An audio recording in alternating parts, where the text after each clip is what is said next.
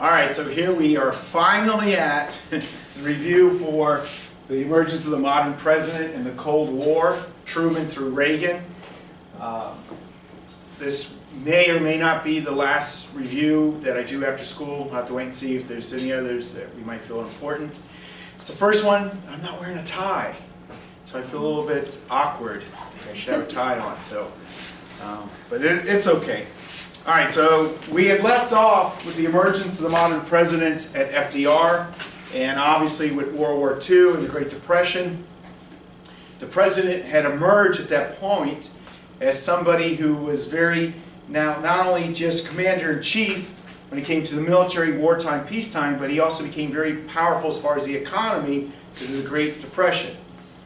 But then when the war was over, Americans oftentimes, when you get these powerful presidents like Lincoln, they want to go back into a sense of normalcy and kind of get away from that powerful president. But the problem is that the Soviet Union has emerged as a world power as well. And because of the Cold War, presidents have to be a little more powerful than they were obviously during the Gilded Age. So we'll pick things up with Truman and the Truman presidency.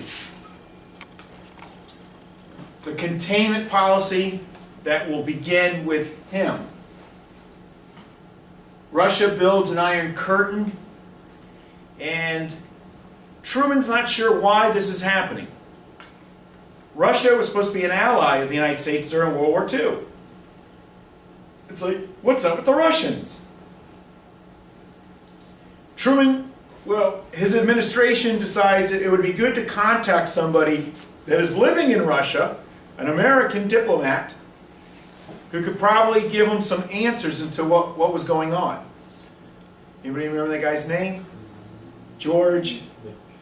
No, George McGovern. I don't know. George McGovern ran for president. No, George Keenan. Oh. George Keenan. What does he send? The Long Telegraph. Telegraph. Here is where we get the idea of containment policy from him. And it's called the Long Telegraph because it was long. It was thousands of words long.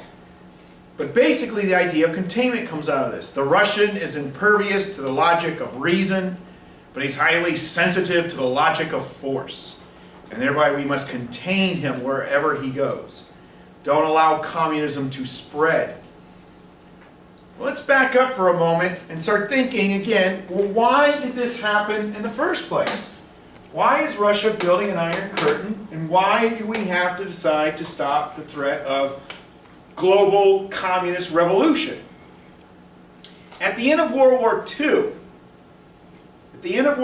II, leaders met in New Hampshire in 1944, in July of 1944, at a place called Bretton Woods. You remember the Bretton Woods Agreement? And there, basically, they're going to start to establish the principle for how the world will run after World War II.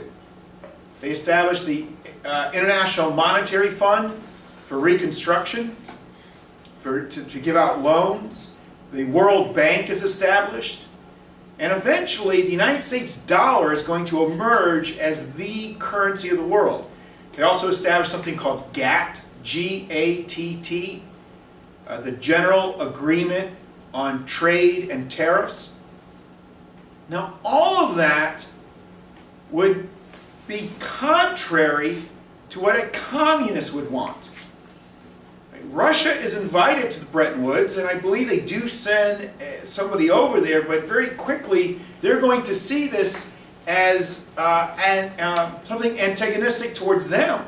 Something anti-them, like all of a sudden the world is ganging up on them. So in response, Stalin is going to leave tanks in certain countries in Europe. Right? This idea of an Iron Curtain. Does anybody remember what world leader from Britain? Churchill. Churchill said this in a speech, that an Iron Curtain had descended upon Eastern Europe.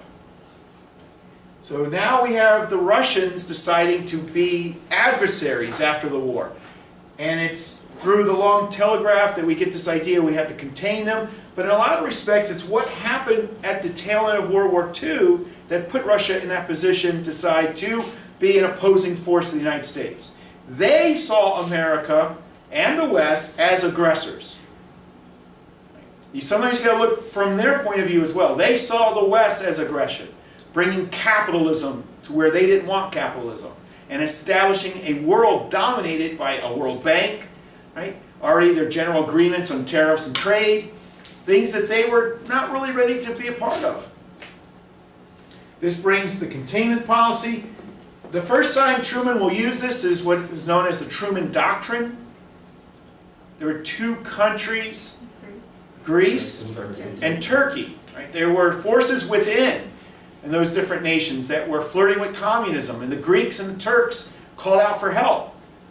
And Truman responded with help. He decided you have to give aid, $400 million, $200 million to each country, so they can fight their internal battles.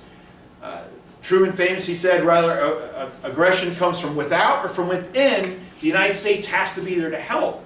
And so that becomes the basis of the Truman Doctrine. One of the first big tests is the Berlin Airlift. Stalin does not want to give up Berlin. Remember, Berlin is a divided city, as Germany is a divided nation.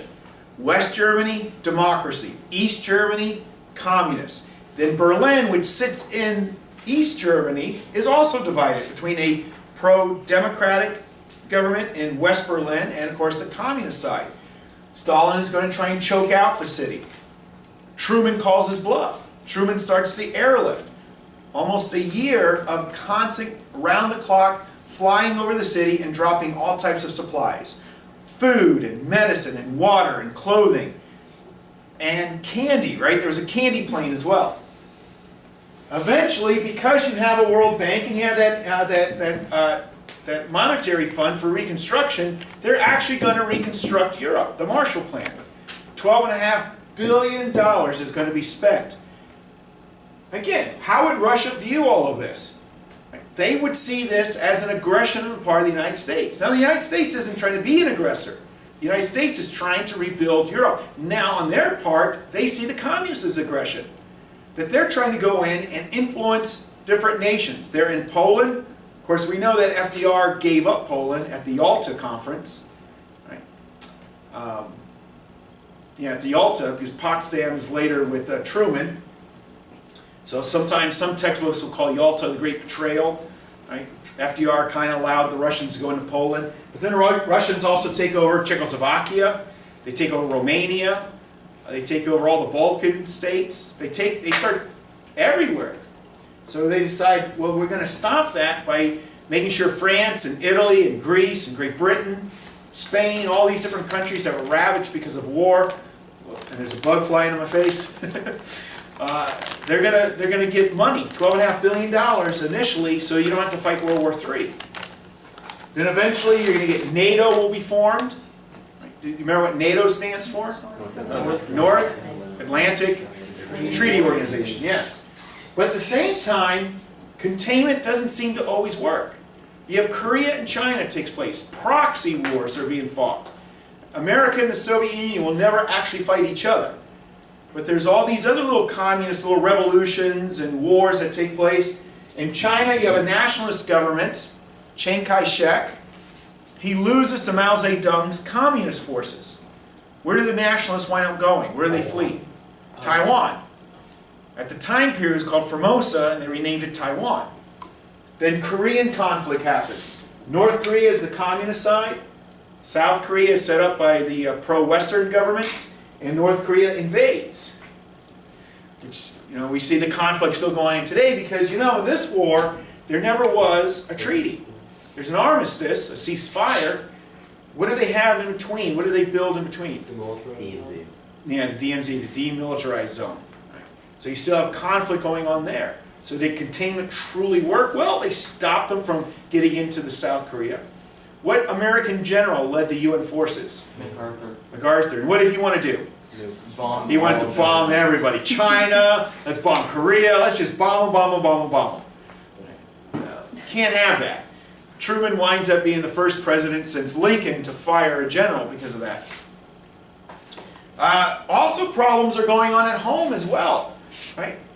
Because of a fear of communism, we're going to get starting into the 1950s, right? A second Red Scare is going to happen. You have the House of Representatives creates the House Un-American Activities Committee, HUAC, House Un-American Activities Committee, where they start to investigate individuals in America they suspect of being what? Communist. What area of life do they attack mostly? Hollywood. Hollywood. They attack the Hollywood industry. You have famously the Hollywood 10. These directors and producers who came before Congress and then they refused to testify on the Fifth Amendment. Well, they went to jail for that, the Hollywood 10. And then eventually Congress developed a blacklist. It's called a blacklist. Over 500 actors, writers, producers, directors, no longer allowed to work in Hollywood. Because all of a sudden everyone's afraid if you go to a movie, you're going to be influenced by the communists by watching a movie. You're going to say, oh, that movie is so wonderful. I think I'm going to become a communist now. So that's how we reacted. Does anybody remember what member of the House at the time, he later becomes a senator, and later becomes a vice president, later becomes a president, was involved in this from California? He was the vice president of Eisenhower. Nixon. Richard Nixon. Yeah, Richard Nixon was involved in the House of Un-American Activities. In the Senate, we have a junior senator from Wisconsin comes in, and he's going to take on communists. There's that book, The Crucible. McCarthyism, right? You guys have read The Crucible, or you're supposed to be reading Crucible in your English classes, right? So that's all about McCarthyism is taking place. So all this is happening in America as the world starts getting into this Cold War paranoia, Cold War hysteria, Cold War fear now. America has atomic bombs. At the end of World War II, by the end of this decade, the Russians will have an atomic bomb. So this war starts to heighten a lot. We move on to the next slide. Truman, presidents at this time period, especially the Cold War, know that if they want a good foreign policy, in order to get Americans behind their foreign policy, they must have a strong, aggressive domestic policy. You must give stuff to Americans if you're going to then tell Americans we're going to spend billions of dollars overseas for various reasons and causes. But there are a lot of budget challenges. Prior to World War II, what was the big problem going on in America and the world? Great Depression. Was it over after World War II? No, there were still aspects of it out there, and people were afraid that it was going to come back. A lot of people were afraid of it. In fact, when all those GIs start coming back from the war, they were afraid. Remember after World War I, we have the bonus army incident, all those veterans. They don't want another bonus army incident. So they made sure that they passed something very important. The GI Bill, right? The Servicemen Act. Right? Now you can get money to either go back to school, or eventually some people use it to buy a house. So here's your bonus finally. After all these years, since the American Revolution, not knowing what to do with servicemen, they finally, hey, after World War II, 20-some million men serving in the services, yeah, we better make sure we take care of them now. Right? That's something you've done for your country, you better take care of it, or you're going to get another bonus army. Truman tries the fair deal. Obviously, by the sound of that name, what's it trying to be an extension of? Square deal. Not the square deal. The New Deal. Right? See this? See now we're on camera now. See we're totally out of time frame. The square deal. The square deal belongs to what president? Roosevelt. Which Roosevelt? Theodore Roosevelt. You have to be able to differentiate between the two. It's Theodore Roosevelt. 1901 is the square deal. The New Deal is which Roosevelt? Franklin. Some of you are thinking, oh, Franklin? You know FDR, but you always say, what's the F stand for? Mr. Linhart, please. So the New Deal, right? That's an extension of the New Deal. Truman was Franklin Delano Roosevelt's vice president and took over when he died. So he's trying to make an extension here. And some of the things of the fair deal. national health insurance. Right? He promises national health insurance, aid to education, a housing act, expansion of Social Security, and an increase in minimum wage. The problem is, Republicans are now dominating in Congress, and they're tired of the New Deal. They're tired of the New Deal. So what's going to happen is they're going to fight him on this, and the fair deal will never be successful. For instance, health insurance. They immediately say this is socialism. And we're in the height of the Cold War era, so that's not going to happen. There will be some increases to Social Security. They'll raise minimum wage a little bit, but for the most part, the fair deal will never be what the New Deal was. The Republicans always want to put more emphasis on Cold War agenda than they did on domestic agenda with Democrats in power. However, civil rights is starting as well. A lot of individuals will tell you, and rightfully so, that for presidential history, the civil rights era starts with Truman. Now in social history, we can go back further than that, but for the president, the first president really to make civil rights an issue is Truman. And there's various reasons why presidents didn't before. And a lot of times you want to win an election, and you're always afraid that a part of your political party will not support you. So often you either turn your back on it, or pretend like it didn't exist, or hope it just works itself out. Truman, facing I can't say a re-election, his own election, in 1948, he's got challenges from within his own party. Remember, the Democrats split into three factions, with Dixiecrats and ultra-progressive liberal socialists under Wallace, and then the normal Democrats under Truman. So he throws out here two executive orders. Right? Areas in which the President of the United States can control. That's what an executive order is for. So we get, in the military, he orders the integration of white and black troops. Now Korea is the first time you start to see a little of this, but it doesn't fully start happening until Vietnam. And the second executive order deals with federal jobs. You can no longer discriminate with federal jobs. You can't say, well, only a certain individual can have this job. It's got to be open to whoever the best candidate is, white or black, Hispanic. Today, there's multiple cultures today.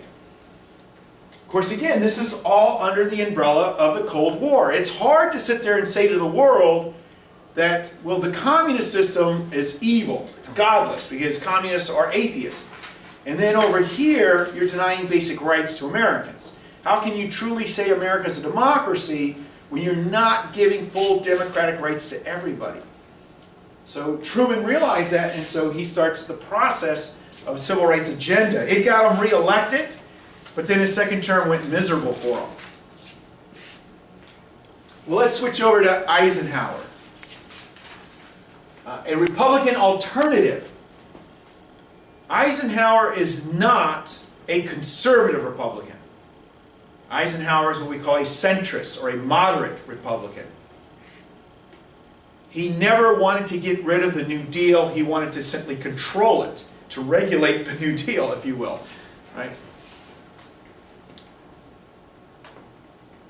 You can't sit there and all of a sudden get rid of, for instance, Social Security. Eisenhower famously said, which if a president ever gets rid of Social Security, you're going to doom your political party. Americans now expect Social Security. Especially when they start getting to the age when they can collect Social Security, right? So that's an expected thing. Eisenhower simply wanted to control it, bring it in, shrink government as much as possible. But he understood that federal mandates are something that Americans generally now expect. So by allowing certain federal mandates to stay out there, he's going to be able to do other things in the era of the Cold War. For instance, the space program. What federal agency is developed at this time period? NASA. Right? The Russians instigate this by doing what? They launch Sputnik. All of a sudden it seems like America is in a space gap. Like the Russians are light years ahead of us in technology. Well, we find out after the fall of the Cold War and when the Russians start to open up a lot of their documents, they were never ahead of us. It was almost like just shooting something in the air and hoping for the best. But they did it first. And they put Sputnik up, and Americans freaked out over this. What if there's a bomb on Sputnik, and they just start dropping them from space? So all of a sudden you get NASA's developed, and a space program develops. And then you get an Education on Math and Science Act is passed. Right? So that science and math have to be taught in high schools throughout a certain period of time. They want more Americans involved in mathematics and science so that we can start to compete with the Russians in the space program. In order to do that, again, make sure that Americans know that federal mandates are still out there. You want to have a strong foreign policy, make sure you have a good domestic policy. The highway system, the Interstate Highway Act, as general during World War II, he saw the German Autobahn. He saw what they were able to do. Come to a much larger country like the United States, and still a lot of back roads, country roads, Route 66, those kind of things. We need a real highway system. Now, its initial purpose really is for what? Military. Yeah, to transport troops. Some of the highways are wide enough to land planes. So there was a military undertone to this. But again, Americans like this. This is one of the largest, in fact, I believe it's the single largest federal program ever public work program in our history, building these highways. Think back to when, like the Jeffersonian Republicans were around, and they wanted to extend the Lancaster Turnpike, or they wanted to extend the Cumberland Road, or build the Erie Canal. And the Republicans would be, no, you can't. States' rights, government's got to stay out. Now we get this massive government program building interlocking highways throughout all the states. The Korean conflict, he comes to the White House at the end of this, and he's the one that negotiates the armistice. Also, you get a White House secrecy. There are some things that are happening with Eisenhower. Eisenhower has what we call the hidden hand presidency. He seemed like an old man, like Grandpa. Everybody liked Grandpa in the White House. We like Ike. Right? All those, we like Ike, I like Ike. Ike, nickname for Dwight. I don't always understand nicknames at all, so I'll go with that one. And he seemed like he liked to play golf more. People would often criticize him for taking naps. We find out, especially in the second term, he has a heart attack. But what people don't really know is that Eisenhower has a secret presidency going on. Right? The CIA has been developed. Right? The CIA is out there. Countries like Iran. Iran has a government that doesn't seem very pro-American. Oil is at issue.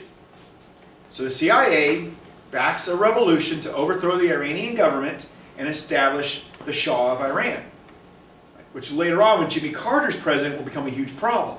Right? And of course, today is an even bigger problem with America. Right? But that's part of his secret White House. Fidel Castro is in Cuba. In the Everglades, right in our own backyard, there are Cuban exiles training to do what? To invade Cuba. Right? That's under Eisenhower's administration. Again, a secret presidency is taking place. He sends advisors into Vietnam. We call them advisors, but they're really military personnel. The French Indochina War is taking place, and the French are losing. And when the French finally lose in 54, right, is when the fall of Dien Bien Phu happens. Eisenhower secretly keeps sending more advisors so that America basically takes ownership of that war, and eventually we know what happens when Lyndon Johnson gets in there. So a lot of these things are happening secretively with Eisenhower. The public persona of Eisenhower is an old man who's a war general, but he also is a guy who basically wants peace, though. We look at his foreign policy and his domestic issues. They scaled down the military. I don't know if anybody remembers his Secretary of State, John Foster Dulles. Dulles, right? That's how the textbook refers to him. Instead of having a large army, we'll shrink down the military and we'll create what instead? Huge Air Force. A huge Air Force. Strategic Air Command, SAC, is developed at this time. Curtis LeMay is in charge of that, General Curtis LeMay. massive retaliation, a fleet of super bombers that can go anywhere that's needed at any time to retaliate. We also call this brinkmanship, threatening the world with nuclear war. What's the major flaw in that? They call your bluff. What if they call your bluff? Well, they called your bluff in the Hungarian revolt. The Hungarians revolted, Russian tanks rolled in, and Eisenhower does not send the planes. Of course, the Suez Canal crisis is happening as well. You have a president of Egypt, Nasser, who wants to build dams on the Nile River. He's flirting with the Russians. He's seeing if he can get the Russians to come in and help him build these dams. Americans are not happy with that. Nasser gets upset himself and he takes control of the Suez Canal. The Suez Canal was officially owned and operated by the British and the French. Well, he nationalizes the Suez Canal, takes it away from them. How do the British and French respond? They attack with Israeli aid. They attack with Israeli aid, right? They bring the Israelis in on this. They come in, they bomb the Egyptian Air Force, they occupy part of territory in Egypt. Then the British paratroopers and French paratroopers land along the Suez Canal. You're getting to the point where you're going to have a shooting war is going to develop. Eisenhower's kept out of the loop when this happens. He's very upset. How does Eisenhower respond to the Suez crisis? Cuts off oil. He cuts off their oil supply. Cuts off their oil supply. Eventually, the British and the French have to get out. That led to the Eisenhower Doctrine. The Eisenhower Doctrine now is developed as again, part of containment policy, which Eisenhower referred to as domino theory. Right? If one nation falls and they all fall, we have to contain them from doing that. The Eisenhower Doctrine specifically applies to the Middle East. All these Middle Eastern countries, the Soviet Union is coming in and toying with them, promising all kinds of stuff. Well, if any Middle Eastern country needs our help, that's when we get involved in Lebanon. The Lebanon crisis, they wind up establishing a pro-American government there. As far as domestic issues, the big issue is civil rights. Eisenhower was kind of a hands-off when it came to that. He felt that the South was not ready for civil rights. They were not ready for integration. So he didn't want to get involved. Congress didn't want to get involved because too many Southern Democrats. What part of government did get involved? Supreme Court. The famous court case? The Board of Education in Topeka. Right? It officially ends what Supreme Court decision? Plessy versus Ferguson, right? Separate but equal clause. In public schools. It takes 10 years before they finally start enforcing that with the Civil Rights Act. But at least it's out there. Right? But again, that's the judicial branch got involved, which led to Little Rock 9, where those 9 students wanted to go to high school, and Eisenhower is forced now to get involved because that became a volatile situation. The whole world's watching. The whole world's watching, right? That's what people chant at this time period. You've got all these guns, the National Guard with guns keeping people out. So Eisenhower has to nationalize the National Guard, make them part of the Army, so that now these students can come in. So that's when Eisenhower has to get involved. What's important about the 22nd Amendment? With the President of the United States. 2 terms. He's the first president to serve under that. Truman was the only president it did not apply to when it was passed. Truman could have ran again and again, ex post facto. You can't blame him for something that was legal he could do when he could do it. So he could keep doing it. But by 52, his popularity goes in the tank. So Eisenhower's the first president to serve under the 22nd Amendment. There are also very important social changes happening in America at the same time. We call the 1950s the era of conformity. Anytime on a test, multiple choice question, and they're leading you towards conformity, just always think 1950s. 1950 is a huge conformity decade. They're going to use television to do it, right? We want to make sure that the family unit is what America believes is the family union. A mom, a dad, 2.2 children. This is Leave It to Beaver. Mom stays home in a dress, cooking and cleaning all day long. what'd you do today if you came home, your mom's in a dress cooking and cleaning, right? You think, seriously, Mom, what is happening here, right? Dad goes off to work in a suit and tie. He comes home and solves all the family problems. Right? This is a traditional, God-fearing American family. Conformity. Everybody is leaving the big cities and going where? Suburbs. Levittown is the first big suburbs out there. And now we also have white flight. White people are leaving the big cities and heading to the suburbs. They're starting to pop up all over the northeast and the northwest. This is where we get the phrase, under God, is added to the Pledge of Allegiance during this time period. Again, differentiating Americans from communists. Rock and roll, though. Even though you have conformity is being forced upon people, teenage angst is beginning. Teenagers are rebelling. And then for the first time, they're going to get a music that is specifically for them. That differentiates them from their parents. And it's in the form of this thing called rock and roll music. As a type of rebellion against conformity. We also get new writers like J.D. Salinger and his Catcher in the Rye.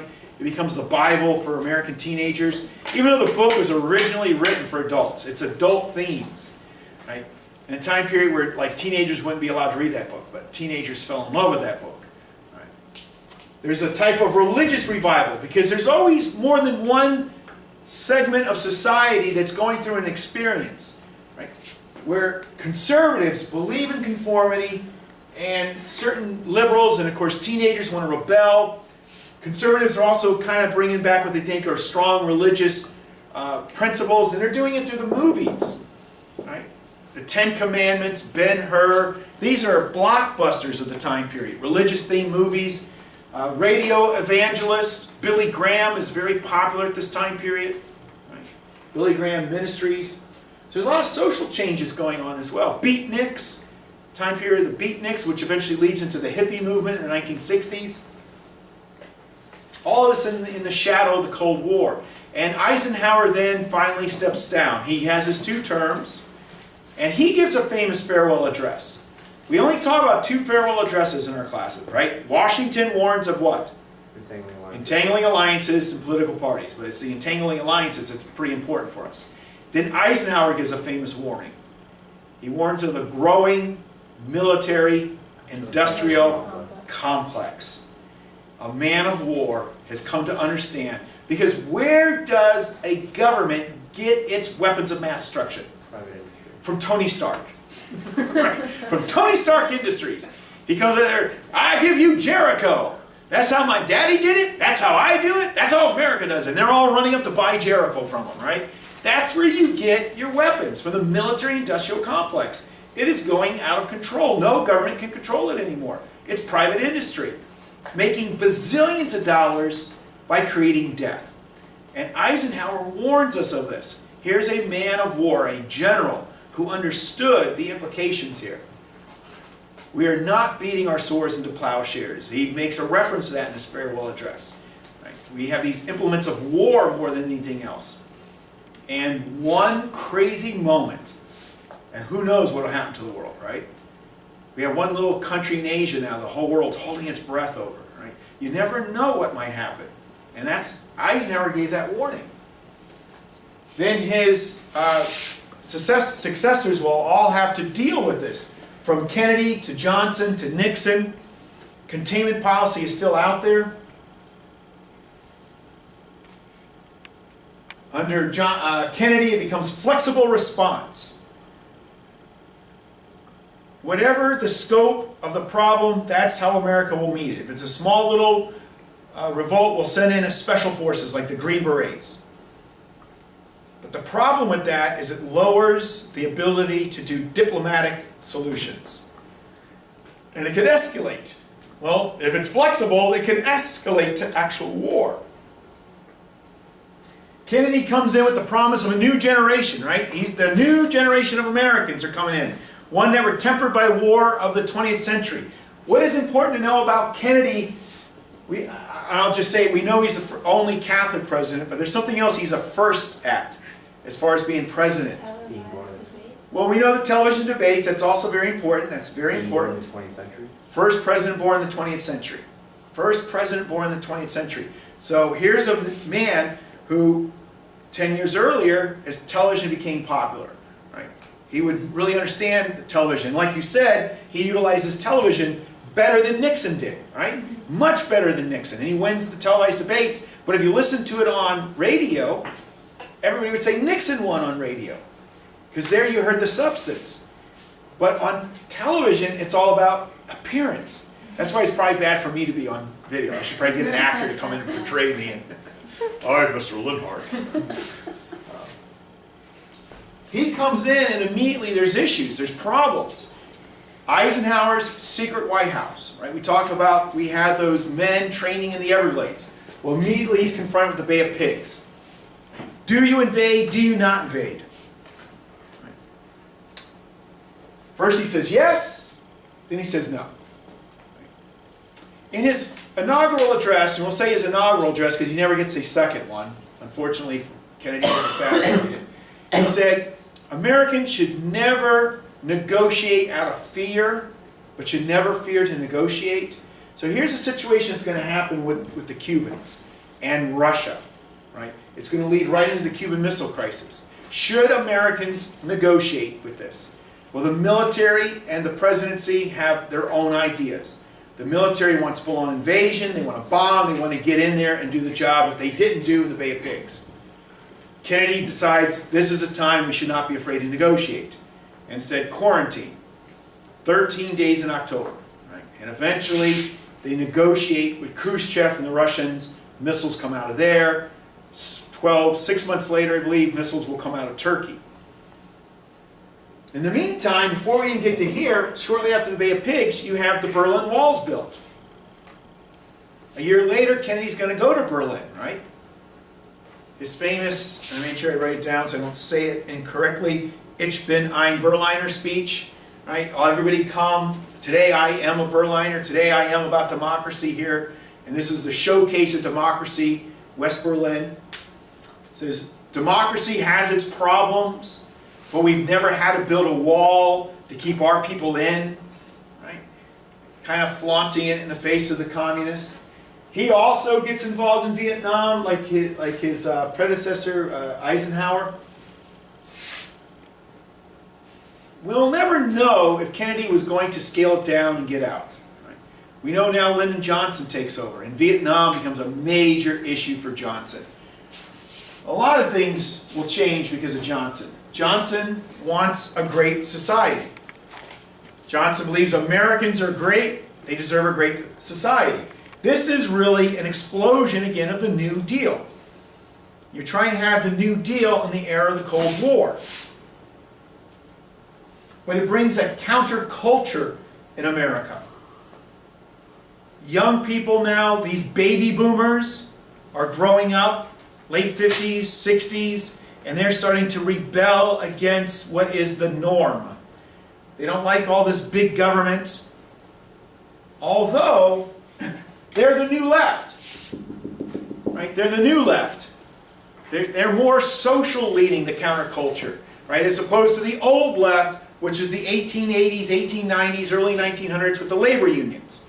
That was the labor unions was the old left. These are college students, college educated people, and eventually become professors and doctors and lawyers. They're the new left. They're more social thinking, more socialistic. They believe more in socialism. You get the Students for Democratic Society, SDS, becomes a major movement in America. Eventually becomes very radical with the Weathermen, and they start blowing things up. A generation gap develops. The children and the parents don't see eye to eye anymore by the 60s. They're starting to have their own ideas of how the world should run. Right? The parents grew up in an era of conformity and conformed. The children grow up and want to rebel. A sexual revolution takes place. Right? A drug revolution takes place. Right? All their forms of rebelling against society. Hippies, SDS, flower power, all these things are going on. Haight-Ashbury in San Francisco becomes like a catalyst, an epicenter for so much of this, rebellion against society that's happening. LBJ is trying to spend billions of dollars in his Great Society programs, Medicare, Medicaid. We get the Civil Rights Act, an Education Act, a Housing Act. A lot of really positive things come from the Great Society. but at the same time, you're trying to prosecute a war in Vietnam. The Tonkin Gulf Resolution, right? He gets a blank check. He's allowed to do whatever he wants. Remember he called it, it's like grandma's nightshirt. It covers everything. Right? Like grandma in a moo-moo. Ugh. Right, Rachel? I got your name on there. But which Rachel is it? Not the other Rachel. And from that point on, Americans start to lose a sense of credibility with the President of the United States. He seems like he's manipulating things. Now, Johnson desperately wanted to win an election. He was facing a challenger with the Republicans that wanted to bomb Vietnam to the Stone Age. So he had to seem tough on Vietnam. And he couldn't be like Truman, who gets blamed for China. He doesn't want to get blamed for Vietnam. So it leads to him getting more involved, more involved. That's why I always like to say he's the great Shakespearean tragedy of American presidents. He could have been the greatest, and he winds up just tearing himself down himself. 68 is a huge year in America. It starts off with the Tet Offensive. Even though the American military absolutely 100% win their objectives, because the way the media is portrayed and America sees that, the American perception is it's a loss. You were just told the month before, in December, that the end of the war is we're at the light at the end of the tunnel, is what was said. The war is almost over. And then Tet happens. The Viet Cong and the North Vietnamese army attack all over the place. Lasted more than a month, the Tet Offensive. By March, you've got Johnson goes on television, and he's explaining what's going on and how, the enemy is chosen this year to be the decisive year, and our military is winning. Oh, by the way, I'm not going to run for president again. Basically, he quits. Right? Basically, he quits, which is a shocker. Then in April of 68, Dr. Martin Luther King is assassinated. Right? Dr. King, a powerful voice in America, is silenced. By June of 1968, Bobby Kennedy is assassinated. This is a very pivotal year, 1968. Then in August 68, the Democratic National Convention. And every new left movement descends upon Chicago in protest of everything that's been building up. Out of control government, what they think, an out of control war. You have SDS, Black Panthers, Black Power, Nation of Islam, Flower Power, hippies. You have those gentlemen who bring out the giant pig, right, and announce Pegasus for President of the United States and parade Pegasus around. And then the police of Chicago attack. Now, they'd been pelted with urine balloons and fecal matter, and so the police got a little bit upset. And then they began to beat these young people on national television. In a lot of respects, it's the night the Democratic Party dies. Right? The Democratic Party will never again be able to run on a platform of large government and a lot of government spending. The only thing that differentiates with Barack Obama is that you were in an economic downturn. Right? We don't call them depressions, we call them economic downturn. And George W. Bush had already started a process of bailouts. And Barack Obama just took into that and then expanded it, right? But generally speaking, Americans don't want people to run for president on that type of platform anymore. Then we get the Nixon challenge comes in and challenge the presidential authority. Nixon has his own New Deal, aid to families with dependent children. The EPA, the Environmental Protection Agency, right? He too understands, even as a Republican, Americans expect some kind of mandates. If I want a strong foreign policy, I better have a good domestic policy. But he's much more interested in foreign policy. What is détente? No, it's not It's like being friends with China. Okay, he goes to China. That's absolutely correct. And he plays China against the Soviet Union, tricking them basically to worry that the United States is going to have some great treaty with them. It's like a relaxation. It's a relaxation. There's no actual translation, it's a French word, to ease tensions, to relax tensions, any of that's fine. Détente is what Nixon starts. He conducts foreign policy right out of the White House. He does not trust the State Department.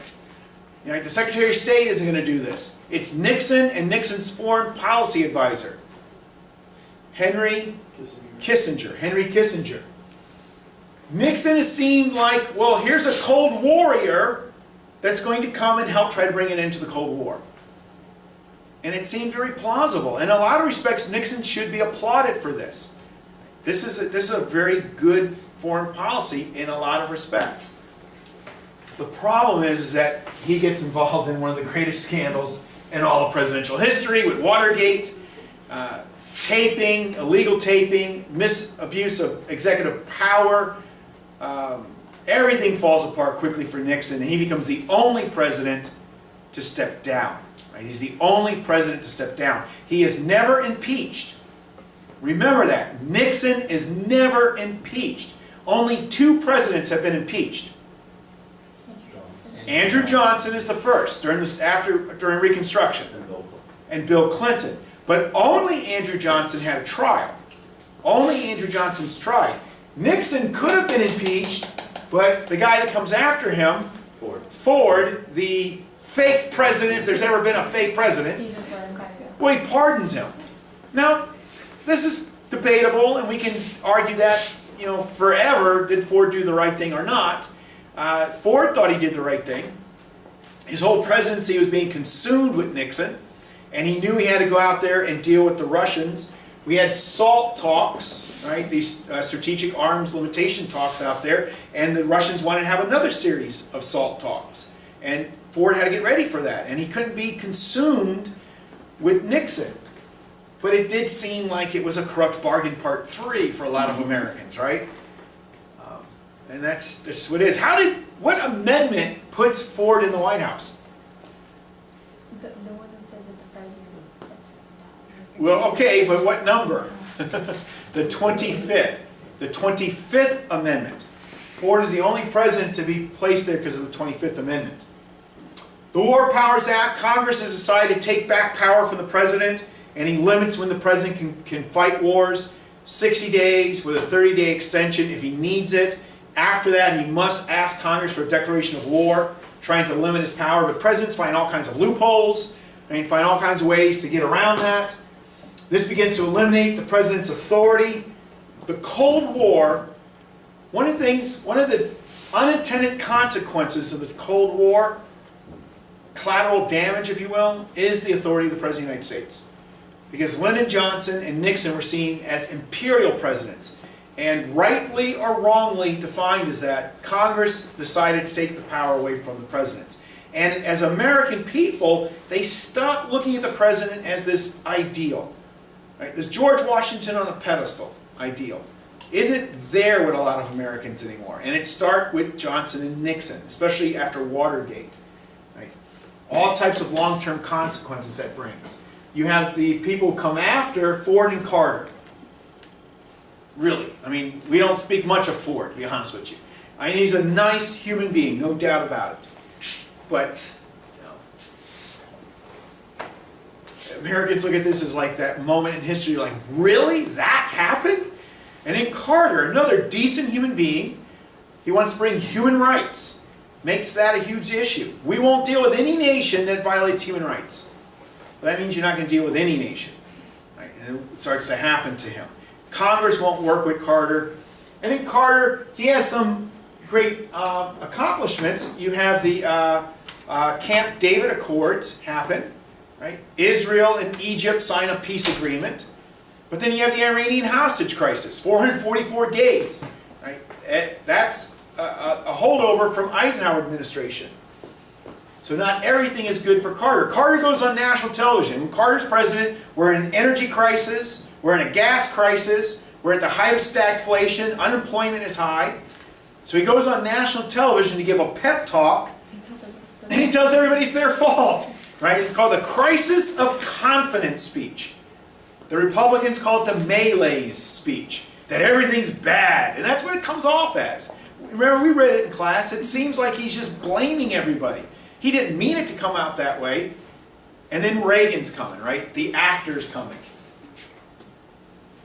And the Reagan presidency is the one moment where people are starting to look back now poetically and romantically back at the 80s, like as this was a great restoration period for the President of the United States. In a lot of respects it was. Right? In a lot of respects it was, but the president still isn't the powerful guy that he could have been before. Again, he has this idea of undoing the New Deal and the Great Society. He famously will say in his first inaugural address that government is not the solution to our problems. Government is the problem. Right? He wants to shrink government. And then a lot of this he's going to do. But again, you can't get rid of federal mandates anymore. Americans expect some federal mandates. But he does wind up shrinking a lot of government. He gives block grants. He starts to share federal revenue with states, thereby allowing states to have a lot of say in how money will be spent instead of government telling them what to do. He builds a very strong national defense, right? Where he says he's going to cut spending, he's actually going to increase spending in the military. We're going to cut taxes. We have one of the largest tax cuts in American history. But we're spending in the military because the one thing Reagan and his administration understood, the Soviet Union could not spend that money too. SDI. What was SDI? Strategic Defense Initiative. What was it? Star Wars. Star Wars, right? Satellites in the sky with lasers. An umbrella of laser beams all over America, shooting every missile out of the sky. Pew, pew, pew, pew. Was there really an SDI? No. But the Russians thought so. And the Russians began to try and build their own way of technology that does not exist. So you can almost have to say, Reagan, genius. Did he think he was on a TV show, though? What he's doing? I don't know. Never mind, I won't go that way. He challenges the communists. He calls them an evil empire, right? He calls them out an evil empire. I can see the Russians, Daspadat-com, what the evil empire? What? Get the bombs ready. But we're going to basically outspend the Russians now, is what's going to happen. And their economy is going to start to collapse. Gorbachev comes into power. A younger man comes to the Russian authority. And glasnost and perestroika. They're going to economically reform, and they're going to have openness to the West. When you saw an economic reform happening in Russia, I think the Reagan administration knew, yes, we're doing the right thing. They have to reform their economy. But it didn't come without scandal as well. With Latin America and Iran, you have the Iranian-Contra scandal happens. Are you selling weapons to the Iranians, who in turn are negotiating with terrorists for you to release Americans, and then taking some of these weapons and giving it to the Contras of Latin America, which was against the law. Congress had passed a law when Jimmy Carter was president. You cannot help the Contras against the Sandinistas in Central America. Was there this trilateral thing going on? Did Reagan know? Did Reagan not know? He goes on television and he says, weeks ago I told you we didn't do this, and while my head still tells me, or my heart still tells me no, my head now tells me we did. Right? What does that mean? Is he apologizing? Is he acknowledging it? Or is he telling us he sleeps a lot? I don't know. Right? But Reagan, because he is so charming and he's so lovable. I mean, he was an actor. He knew how to get his message across. He's called the great communicator for that reason. Right? He was able to escape a lot of this, a lot of any criticism. In fact, he doesn't get any criticism.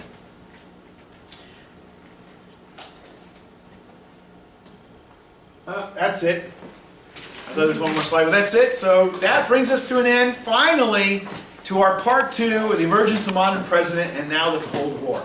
So thank you. Please applaud. And you know I have to have that. Thank you. We'll turn it off.